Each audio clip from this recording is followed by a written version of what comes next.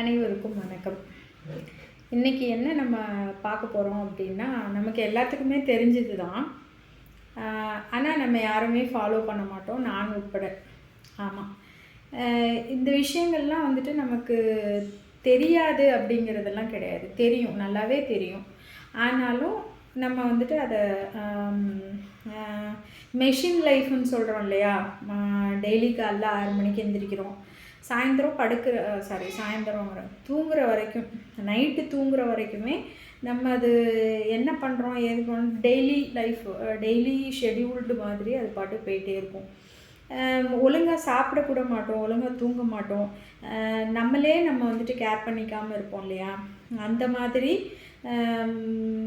சின்ன சின்ன விஷயங்கள் எல்லாம் நமக்கு எல்லாத்துக்கும் தெரிஞ்சால் கூட அந்த சின்ன விஷயங்களை வந்துட்டு அந்த நேரத்துக்கு டைமிங் சொல்லுவோம் இல்லையா, அந்த டயத்தில் வந்துட்டு நம்ம அதை ஃபாலோ பண்ண மாட்டோம். அதனால் நம்ம சின்ன சின்ன விஷயங்கள்னால நம்ம வந்துட்டு ரொம்ப தொந்தரவுக்கு வந்துட்டு உள்ளாயிருப்போம். அதாவது அலக்களிக்கப்பட்டிருப்போம். அந்த மாதிரிலாம் வந்துட்டு இருக்கும்.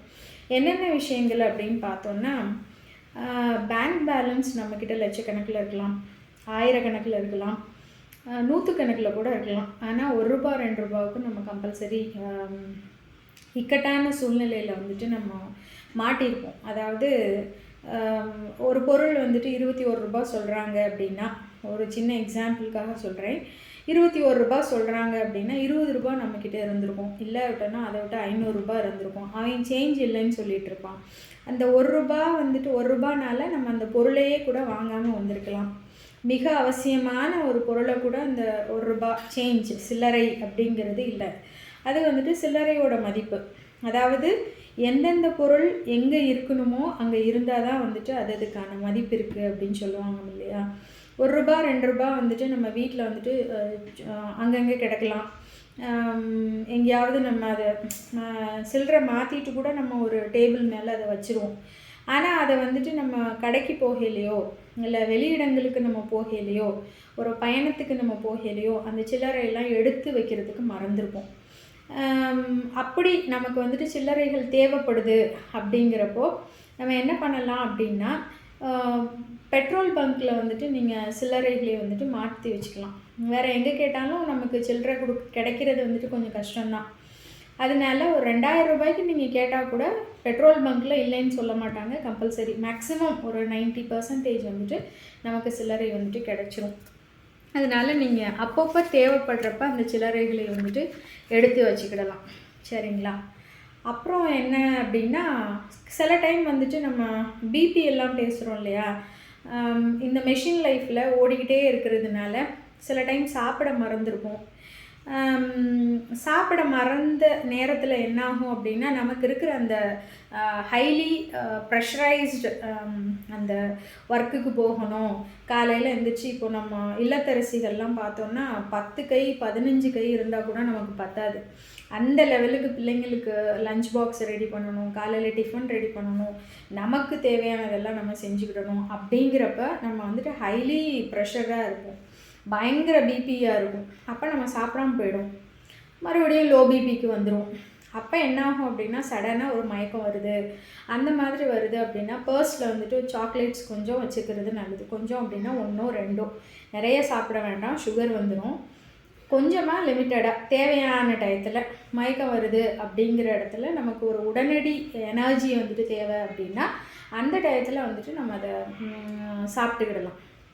அப்போது இந்த சில்லறை வந்துட்டு எங்கே வாங்கணும் அப்படின்னு பேசிட்டோம். சில்லறை எவ்வளோ முக்கியமானது அப்படிங்கிறதும் பேசியாச்சு. அதே மாதிரி ஹைலி ப்ரெஷர்டாக இருக்கிறப்போ, மயக்கம் வர்ற நேரத்தில் குளுக்கோஸ் அப்படிங்கிறது எவ்வளோ முக்கியம். அதனால் 1 2 சாக்லேட். இப்போ வந்துட்டு சாக்லேட் நம்ம தனியாக கடைக்கு போய் வாங்கணும் அப்படிங்கிறது அவசியம் கிடையாது. இப்போ ரீசெண்டாக கூட ஒரு ரீல்ஸில் பார்த்தேன். ஒரு சூப்பர் மார்க்கெட்டில் அவர் எல்லா பொருளையும் வாங்கிடுவார். ₹1 வந்துட்டு சில்லறை இல்லைன்னு சொல்லிட்டு ஒரு சாக்லேட்டை வந்துட்டு அவர்கிட்ட அந்த பொருள் வாங்கினவர்கிட்ட கொடுப்பாங்க. அப்போ அவர் வந்துட்டு ரொம்ப பிரச்சனை பண்ணுவோம். அப்படி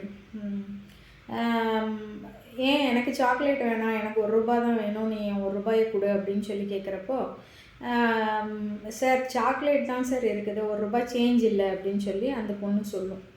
சூப்பர் மார்க்கெட்டில் உள்ள பொண்ணு. உடனே இவர் இந்த பொருள்லாம் நான் வாங்கின பொருளெல்லாம் விலை எவ்வளவு அப்படின்னு கேட்பாப்படி. அப்போ கேட்குறப்போ இதெல்லாம் வந்துட்டு 250 ரூபா வருது அப்படின்னு சொல்லுவார். உடனே என்ன பண்ணுவார், தன்னோட காலணி செருப்பு கலட்டி, இது வந்துட்டு 300 ரூபா, இந்த நான் போட்டிருக்க செப்பலோட விலை வந்துட்டு 300 ரூபா, பொருள் 250 ரூபா தானே சொல்கிறீங்க, இதை வச்சுக்கிட்டு அதை கொடுங்க அப்படின்னு சொல்லி, இதை வச்சுக்கோங்க பொருளை எடுத்துக்கிறேன் அப்படின்னு சொல்லுவோம். அப்படி பட் அதெல்லாம் வந்துட்டு படத்துக்கு வேணால், இதெல்லாம் வந்துட்டு ஒரு என்ன சொல்கிறது, படத்துக்கு வேணால் இந்த சீனெல்லாம் வந்ததுன்னா நம்ம கிளாப்ஸ் பண்ணலாம், ஒரு இம்ப்ரெஸ் ஆகலாம், கரெக்டு தானே அப்படின்னு ஒரு கன்சியூமராக இருந்து நம்ம வந்து அதை வந்துட்டு அக்செப்ட் பண்ணிக்கலாம். ஆனால் இது நடைமுறை வாழ்க்கைக்கு சாத்தியமா அப்படிங்கிறது வந்துட்டு பிக்கஸ்ட் கொஷின் மார்க்கு தான். சரிங்களா? அதனால் நம்ம என்ன பண்ணணும் அப்படின்னா, இது எதுக்கு பேச வந்தேன்னா சாக்லேட்டுக்கு பேச வந்தேன். அதனால் சாக்லேட்டு எல்லா கடையிலையும் நமக்கு வேணாம் அப்படின்னா கூட சில்லறை நிமித்தமாக அது வழங்கப்படுகிறது. அப்போ அதை வந்துட்டு நம்ம இதுக்காக யூட்டிலைஸ் பண்ணிக்கலாம் அப்படிங்கிறது தான். அதே மாதிரி இப்போ தனியாக சில பெண்கள்லாம் வந்துட்டு, இப்போ பெண்கள் அப்படிங்கிறப்போ டீனேஜ் பொண்ணுங்கள்லாம் இருக்காங்க இல்லையா, காலேஜ் கோயிங் ஸ்டூடெண்ட்ஸ் எல்லாம் இருக்காங்கல்ல, அவங்களில் சில பேர் ரொம்ப போல்டாக, இப்போ உள்ள 2K கிட்ஸ் பார்த்தோம் அப்படின்னா பயங்கர போல்டாக இருக்காங்க.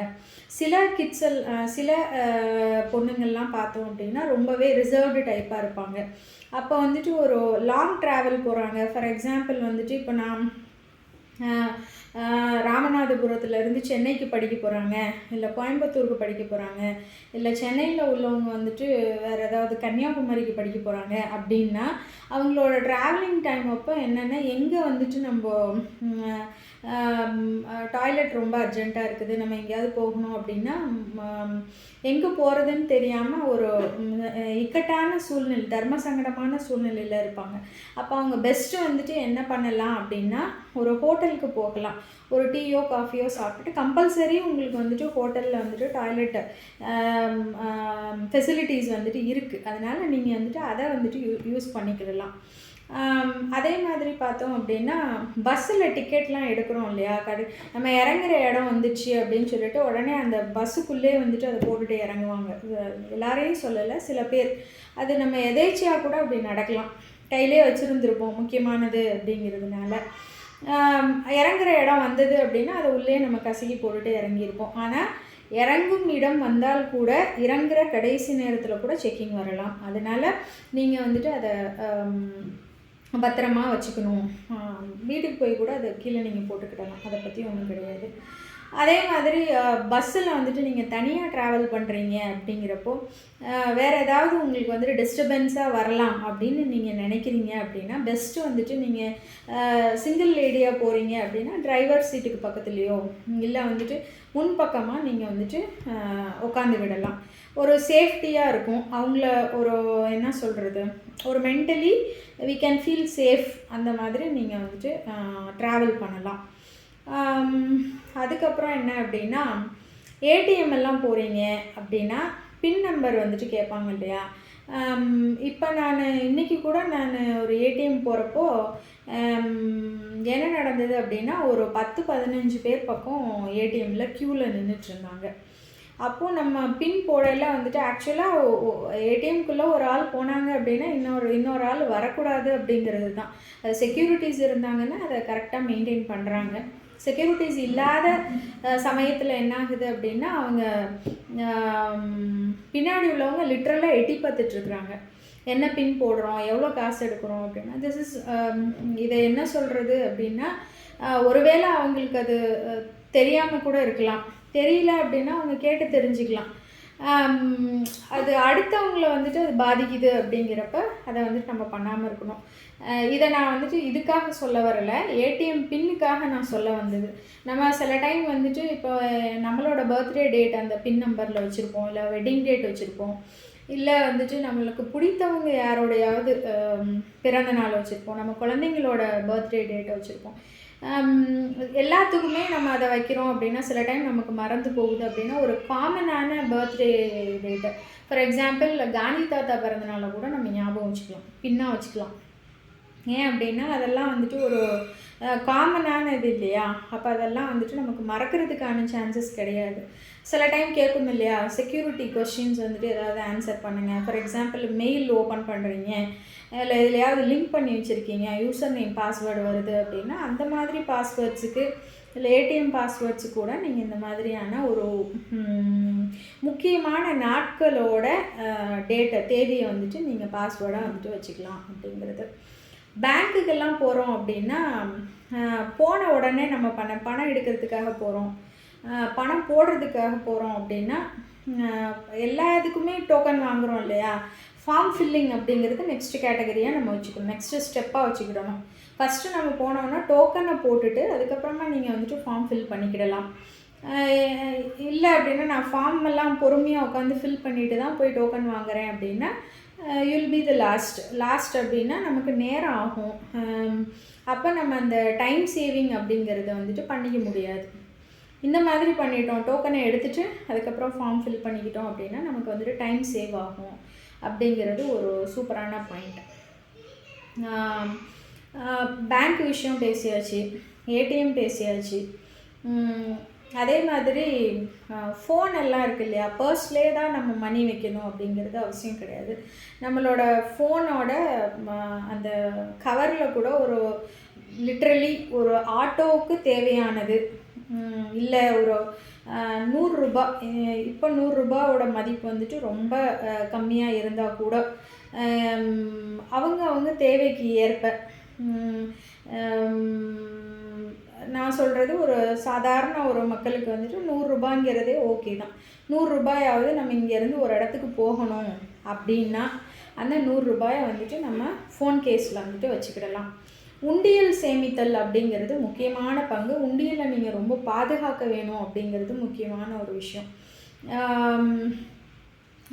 குழந்தைங்களுக்கு மட்டும் இல்லை, பெரியவங்களுக்கு கூட நம்ம வந்துட்டு டெய்லி ஒரு 5 ருபீஸ் 10 ருபீஸ் இல்லை சில்லறைகளாவோ நமக்கு கையில் கிடைச்சதை நம்ம ஆனால் அந்த பழக்கத்தை வந்துட்டு நம்ம வச்சுக்கிடணும்.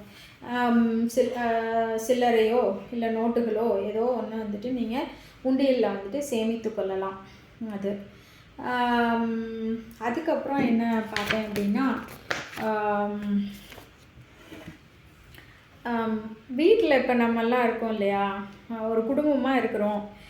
வீட்டு உறுப்பினர்களுக்கு நீங்கள் வெளியில் போகிறீங்க அப்படின்னா கம்பல்சரி சொல்லிட்டு போங்க. எங்கே போகிறோம் அப்படிங்கிறது யாருக்காவது ஒரு ஆளுக்காவது நம்ம குடும்பத்தில் வந்துட்டு அவங்களுக்கு தெரியணும். ஏன் அப்படின்னா முக்கியமான விஷயம், நீங்கள் தொலைஞ்சு போயிட்டீங்க அப்படின்னா கூட கண்டுபிடிக்கிறதுக்கு எங்களுக்கு அது உதவும், அப்படி தானே? அது வந்துட்டு ஒரு நல்ல பழக்கம். இப்போ சில டைம் நான் வீட்டில் குழந்தைங்கள்லாம் கூட சொல்கிறது உண்டு, வெளியில் போகிறீங்க அப்படின்னா சொல்லுங்கள். வீட்டை விட்டு வெளியில் போவாங்க, ஒரு பக்கத்து வீட்டில் போய் விளாடுறாங்க அப்படின்னா நமக்கு அந்த இன்ஃபர்மேஷன், நமக்கு அந்த சேஃப்டி இருக்குது இல்லையா?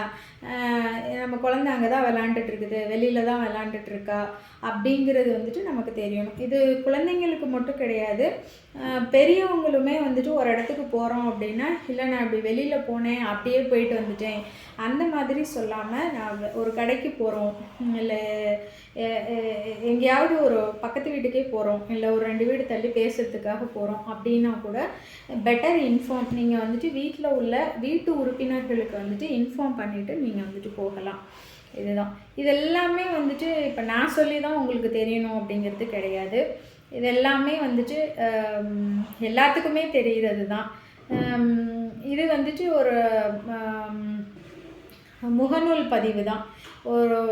அவரோட பேர் மறந்துட்டேன். அவர் வந்துட்டு அழகாக இதெல்லாம் தொகுத்து இதெல்லாம் வந்துட்டு பண்ணலாம் அப்படின்ட்டு. அப்போ எனக்கு வாசிக்கிறப்போ எனக்கு வந்துட்டு அது பிடிச்சிருந்தது.